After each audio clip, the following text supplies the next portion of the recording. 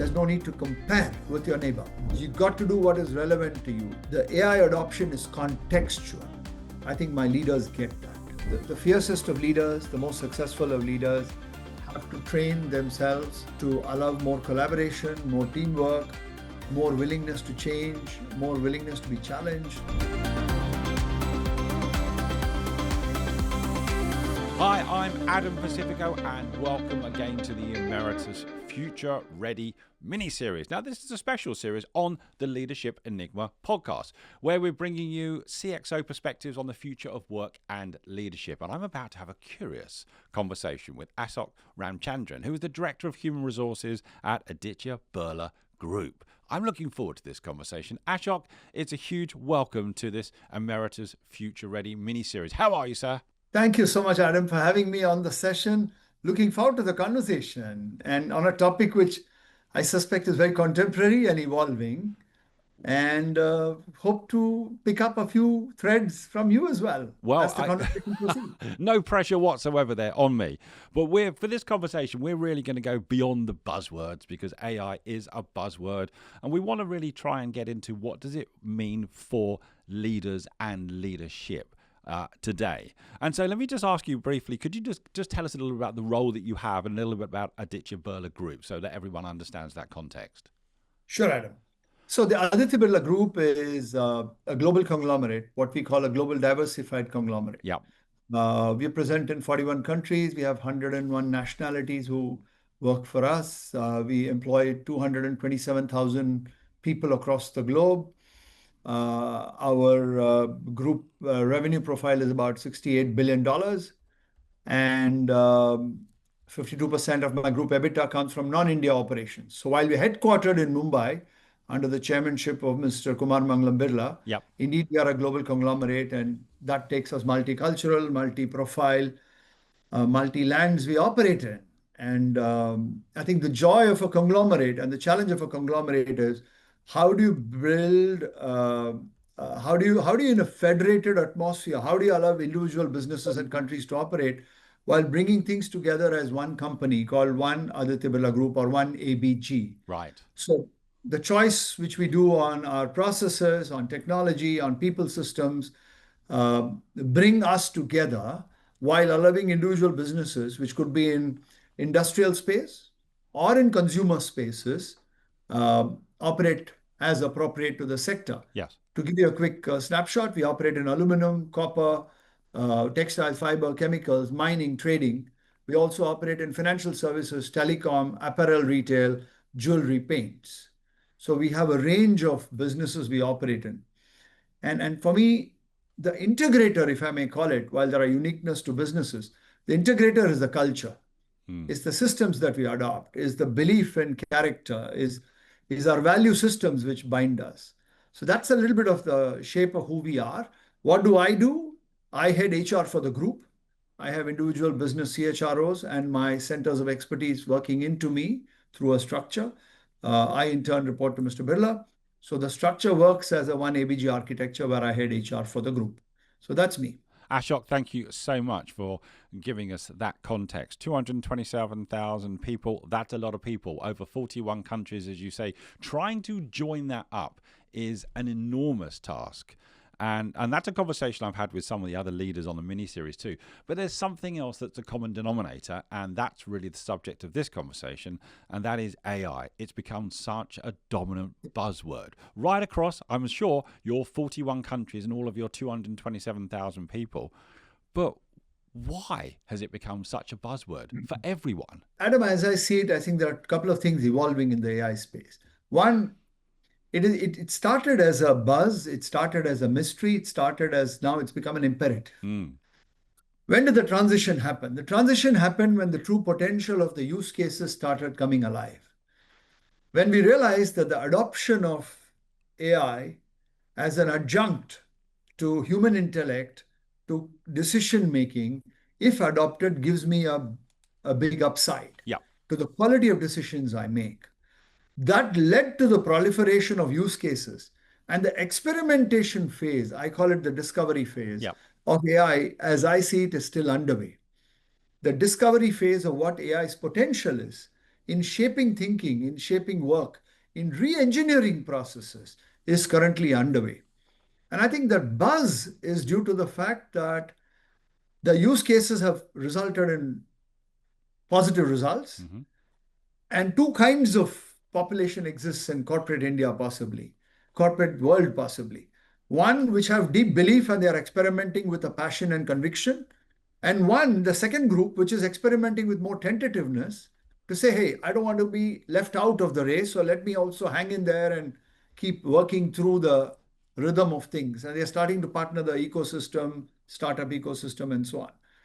So I see this as a discovery phase broken into phases, Yep. depending on where the mindset of the organization is. So we're all on a voyage of discovery at the moment, as you say, from an organizational perspective and from an individual perspective. Some perhaps are big believers and highly optimistic, others perhaps a little anxious or even fearful. But what are you seeing as perhaps a very common misconception in that ecosystem at the moment of AI Yeah. adoption or AI readiness? What's one of those misconceptions that you're coming across again and again, Ashok? It's a great point, Adam. And adding to the earlier point, I think the proliferation of people who say I know AI Yep. and calling us to classes in AI and sessions in AI has just mushroomed. Now, therefore, the flight to quality is the second phase, which is likely to happen now. From everybody booming about AI to who really knows it and who do I partner, and therefore, what's my journey? How do I build my skill sets is going to be a concept we have to, the next phase will evolve. Yes. Misconception, big stuff here. We started the conversations on AI a year and a half back by saying we need to put AI into our process. So the word being used was it sounded like an additive. I've cooked my meal, now on top of it, I need to put garnish some stuff. I need to put AI into my systems. Yep. I think we've evolved from there. I think that's a big misconception. We went through the phase and then discovered that you've got to re-engineer processes. You've got to rethink the way you work, rethink the way business systems, processes, be it customer centric, employee centric, stakeholder centric. These need to be rethought, reconsidered, and therefore AIized, if I may call it. And the AI infusion to augment human intelligence will give us pace, and pace comes with velocity, which is direction and speed, and allows me leadership time, including HR leadership time, to do higher order skill sets rather than focus on reams of analytics and insighting, which today the AI is able to re engineer my process with. And I think, therefore, the fundamental misconception which has changed, I would say that's changed, and in some companies it is still work in progress, is you're re-architecting your ways of working using a new frame rather than I know what to do. This is how I've always run it successfully. Now I'm going to add a layer of on the top. A layer on the top doesn't work. You got to re-architect. That's the misconception and the journey of change, which I think is positive. Ashok, it's great because in all of these mini-series, I have found myself taking copious notes, which is always a very good sign, as I myself are curious. I love this journey to quality, and for that, we are going to have winners and we are going to have losers. And you talked about the need now to re-engineer and rethink pace, velocity. I love all of that. So, what's one of the biggest leadership challenges then at the moment in this journey? What are you and other senior leaders around you grappling with as that challenge? I would say two things, Adam, Yep. on this front. One is I think leaders by and large, let's say if I have a bunch of successful leaders, a group of successful leaders, we're all inculcated in our mind in our own success. And the need to change, re engineer, re architect is causing resistance to change. And you sense that as you go around talking to people. If everything is fine, why? If nothing is why if nothing is broken, why change it? Right. So whereas AI asks you to think through the new ways of working, the advent of technology needs us to recast, rethink, reframe our work. When you're willing to do that, technology then becomes a willing supporter of what you need to change to. So that change journey and the need for change is the first, I would say, roadblock, and typically in successful leaders. When, typically the other corollary to that is when you have a circle wagon, when you have a burning platform, people tend to adopt change faster because you're on a burning platform, you need to adopt. Yep. Whereas AI, best done when you're doing otherwise well, it's an opportunity to reinvent. So I think resistance to change is point one. Okay. Point two is an unusual experience we are sensing in corners of the group or corners of industry, which is what I call as the hurried arrival of the underprepared, which is I need to get there. I need to be ahead of the AI race and let me quickly get there. Let me put people in it, technology in it, and say I'm getting ahead. In my view, that's faulty. That's another misconception. That's another span for undercooking the cake. You need to start with the very concept of thinking through why do I need AI? Why do I need to reinvent my processes? Do my customers need better solutions? Do my employees need better solutions? And therefore, do I need to change the ways of working? If I change my ways of working, automatically I'll search for methods to do so. The methods to do so infused with AI gives me a big, huge advantage. And I'm better prepared to accept change. If you infuse velocity without the preparedness for change, you will have the hurried arrival of the underprepared, meaning I just land and then wonder where have I landed. And I think that's a journey I would say is a leadership dilemma. Mm-hmm. When is it right? When is it ready? And I think the willingness to change, I see leaders coming too quickly now after some effort. Yep. The services businesses tend to take on to it faster. The manufacturing businesses are now coming to grips with these solutions faster. And Adam, when you look back at it, all companies, all organizations do a lot of analysis, do a lot of crunching of data to yield insights and therefore decisions. That entire process, which is the output of thinking through a business process experience, if thought through well, has huge advantage of pulling out insights, applying AI, but don't apply AI blindly. Use it as a facilitating medium to then apply your intelligence and context. That context is human. The context is expertise. That can't be Yep. AIs, if I may call it that. I think that's the beauty and the symbiotic relationship of AI versus the context and the leadership role. So this is fascinating stuff because I think it's clear that people must get into the race, otherwise they could be obsolete and left behind. And one of the questions on many leaders and organizations' mind is, where do we focus our attention? Where do we place the big bets? And many are saying that what they've got to do is to link AI to their strategic imperatives. How strategic is this conversation within ABG in relation to where you spend time, effort, and resource for AI to meet some of the biggest drivers that you have as a business, as a very large business as well? So where's the conversation within in your group around where you place bets and time? No, it's a great point. I think the way we are thinking through the Yep. changing atmosphere. And again, for me, the objective is not I need to get AI into all my businesses. The objective is to say, are my processes efficient enough? Is there a journey ahead that I can make a difference to my stakeholders, namely customers, employees, other stakeholders? Is there a way I can improve significantly the way I work? All businesses, Adam, are on the journey of thinking through re-engineering their processes, Yes. going back to the fundamentals of the process engineering, the operating models, the strategic model as well as the underlying operating models, and saying, has this operating model lived its phase? Is there a limitation that we have come to?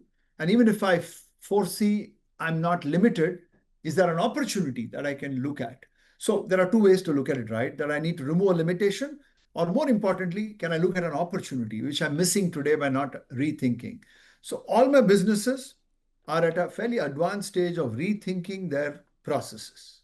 Processes relating to customer side, customer connect, supply chain related processes, your entire efficiency of the kind of flow of material, if I may call it, or the flow of decisions in a services world, as well as the employee experience from HR point of view. We are reviewing it to say, if this ecosystem, what do I need to enhance the experience of? Number one, what are we missing out and what is the opportunity?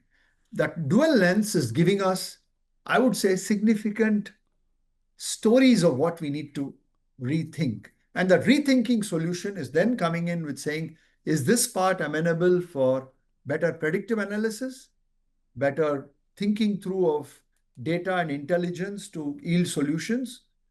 Is there a lot of work that I can get done through the power of AI and LLMs, and therefore use my time for productive decision making and softer skills that today I might be spending time on the AI and in the intelligence and analysis part.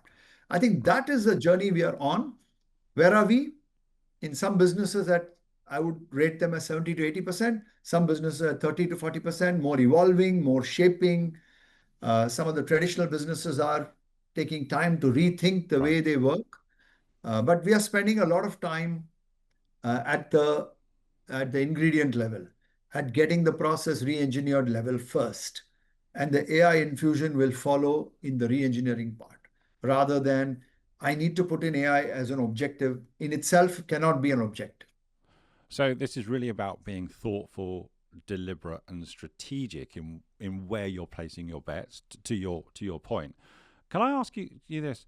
How are leaders showing up differently in the organization now Yeah. as a result of this strategy, of this adoption, of this re-engineering? How are you? And this may well be you're commenting on yourself, Ashok, as a senior leader within the organization. How are you showing up differently, or what are you seeing different in the leaders around you because of this? Yeah. No, I think a couple of things are happening to leaders for sure. I Yep. think we're past that phase of being a little, how do you call it, curiously stunned about AI and everybody talking about I AI. like that phrase. Curiously Yeah. stunned. I think we're past that phase. We have come into a phase of saying, I need to learn. As a senior leader, I expect all our senior leaders and myself Yep.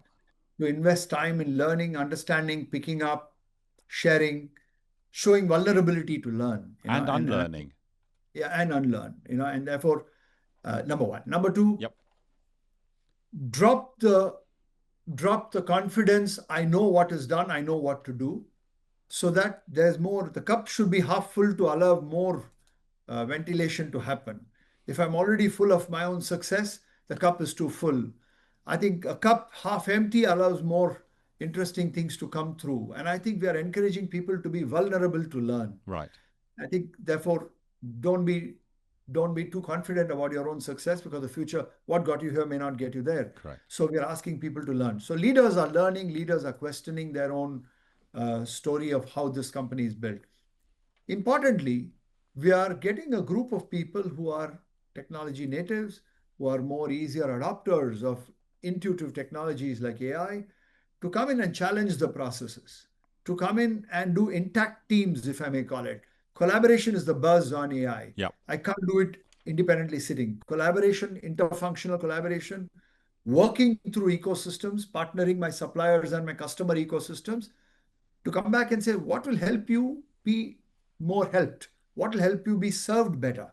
I think we are engaging customers and vendors and partners far more intensely and putting it together a bed of young people who are, young is wrong, bright people who are tech savvy people who are coming in to question the way we are working. And we are encouraging leaders to say, be questioned, allow your processes to be challenged. And in that challenge is emerging great solutions. And oh, by the way, then AI and the use of technology then becomes the facilitator, then becomes the kind of stabilizer for lifting the game. Yeah. But the human intellect is what is the first go-to point. I think leaders are shaping these. They're shaping themselves, shaping newer teams to liberate them from thinking the new processes, getting off the horse of their own success, and moving in the direction of adopting relevant technologies in the AI spectrum. And last but not the least, there's no need to compare with your neighbor. You got to do what is relevant to you. This is not like your toy is better than my toy, so I need to own another toy better than yours. It doesn't work like that. The AI adoption is contextual. I think my leaders get that. My leaders are working around, all industry leaders should work around the context. relevant to adoption of AI relevant to you. Ashok, within this context that you describe and so many are experiencing, are you seeing leaders around you, including yourself now, giving more importance to emotional intelligence, the human elements? You've already spoken about empathy, trust, inclusivity, vulnerability, as opposed to just our IQ. For many years, we traded off of being maybe Yeah. smart or educated or accredited or having many years of experience. But much of that now could be replaced by AI. So are you seeing leaders now drive up the human-centered leadership piece? Yeah, I think there's no doubt that Yep. people, the fiercest of leaders, the most successful of leaders, Yep. have to train themselves, and they are, to allow more collaboration, more teamwork, more willingness to change, more willingness to be challenged. Therefore, as a leader, you need to stay vulnerable to somebody questioning the ways of working that you have instituted, possibly.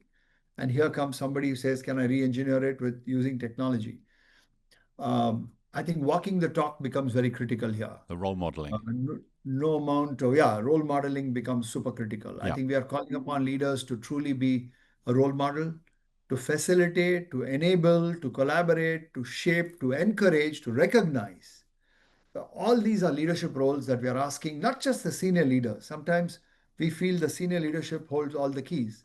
In my belief, it is not just the senior leaders, but it's also the rank and file of line managers, the leaders, mid-management leaders, who carry the mantle of change, of improving processes. And it's very fascinating, Adam, to see all companies are on the path of improving efficiency. There are projects going on, Six Sigma work going on in multiple places, etc., etc., Kaizen projects and so on. So the world of improvement is, we're not new to it. But the infusion of more modern technologies to enable you to do what you were doing better is provoking new skill sets. So we're going to reinvent the skills taxonomy Mm. of how this group operates. What are my expectations from employees is changing. The AI ready employee, the AI fluent employee, the AI aware employee. I might not be fluent, but I might be aware enough to support. My colleague is better than me. He reports to me, but he's clearly the boss in this ecosystem of AI technologies. And he will help me shape, or he or she will help me shape this ecosystem. So my ability to let go, collaborate, shape where expertise is and not hierarchy is a change that leaders are coming to terms with. And they, after the initial phase of understanding that, I believe are starting to enjoy it. Why do they enjoy it? Not because they lost control and they enjoy it. They enjoy it because the results are coming out on the other side of the pipeline very nicely. And as they enjoy the value of what they experimented with and the early use cases provided, the belief has gone up. And therefore, they are ready for larger experiments of reinventing business processes and operating models. And oh, by the way, AI is a helpful process to enable you to do that. You see where I'm coming from? I think the belief building journey has to start with sachet packs, and then you come into the whole bucket of experiencing the whole full Monty. And I think that's how people enjoy it. And that's how I see leadership changing at the senior and middle management levels. And I see new forms of leadership emerging through the system. And therefore, time for me to be all of the softer qualities of empathetic, available, humble is coming to the fore. Yeah. The roadblocks happen when a leader is full of ego. When the leader says, no, no, no, this is not the way we work here. This is not the way things are ever done. I know it more than you Mm. do. Those are roadblocks which senior leadership like me and my senior colleagues are here to kind of remove roadblocks of that mindset nature and enable change. So the enablement of change becomes super critical for a leadership role to do in this context, in the context which I portrayed to you. It's I clear hope as I'm coming through. Yeah, no, I appreciate this conversation, Ashok. It's, as individuals, we are all on a journey, and we're also on a journey as a collective with organizations for a world better led, with large conglomerates, with large organizations now. It is how are those organizations supporting a better world? It's not just about revenues. Yeah. It's not just about products or services. There's something bigger at play here, and I think that's an interesting element to the shift. So let me, as I kind of bring us to the close, Ashok, let me ask you kind of what advice would you give or are you giving to CHROs who are trying to prepare large-scale global workforces for this change? What are you saying to your peers at the moment? Maybe a lesson you've learned or something you've tried that hasn't worked properly. Yeah. What are you telling your peers? Both internally and in Yeah. fraternity forums, the conversation Yes. from our point of view has been around spend high quality time at the foundation of preparation, which is what I call a sharpen the saw. You must prepare for change, and therefore you must have a deep review of your operating mechanisms, of the operating model, of how you work, Yep. the processes that underlie your organization. I think the willingness to do that and reinvent your thinking is the foundational element to adoption of any AI technology. The adoption of what then is the right technology for addressing the diagnosis that you have arrived at in phase one is a choice, can be guided by the technology people. And if you are AI aware and AI fluent yourself as an HR colleague or any functional colleague, Yep. you will play a role in the adoption of a suitable technology. Third, work on the change management layer, which is don't assume that your diagnosis and adoption of technology automatically leads to home. You will need to adopt change initiatives because assuming that the process needs to be reinvented and reused and redone, you got to have people, there is what is called an adoption layer. The adoption layer needs collaboration, needs funding, needs conversations, needs raison d'etre, needs that level of belief building. And the power of that change is in that belief that you build. But that's the third layer. First layer is rethink your processes, business, HR, whatever you're doing, rethink your base processes. Choice of technology will surround it for the way you'll architect it. Third is an adoption layer, which you do in sachet packs, leading to full adoption. Belief built, go to the next phase of reinventing business processes. So to me, AI is not AI. I need to get AI into my bloodstream. No, no, no. I need to rethink how I work. And if that's my outlook in life, AI is one of the solutions to that adoption. And it's today becoming an integral part of what we should do. And as you know as well, Adam, AI is different from the digitalization layer Yep. or the automation layer. When I have analog tasks and when I have manual tasks, I digitize it, I get digitization, and I do get automation solutions. But AI is bringing in predictive thinking to it, helping me evolve thinking solutions for it. And I think, but to do that, I must know what solutions I want. What is my context? So context, solution, adoption, belief building. Ashok, that's a lovely summary. I think you should actually be sat in my place now. I should do that. So we're going to have another conversation when either you're in London or I'm in Mumbai. But thank you for that very eloquent summary of the main points. Let me finish off with one question, if I may, and that's if you could define AI-ready leadership in one line, what might that be, Ashok? Stewards of future fitness. Stewards of future fitness. I like that. Tell me where that's come from. It comes from the premise that AI itself is not an objective in itself. Right. And what I do as a leader is to engineer my organization to be future fit. And AI is one way of doing that. Adoption of AI as relevant in my context is what I must engineer. And I'm a steward as a senior leader of that journey of ensuring future fitness. The larger objective of the business is to stay relevant and future fit. Exactly that. And if that be the objective, AI is just a method to do that. I don't want to get lost in the flood of AI and that I must adopt it because my neighbors adopted it. I must rethink. In the future fitness lies longevity and the success of any enterprise. And that's why I said stewards of future fitness.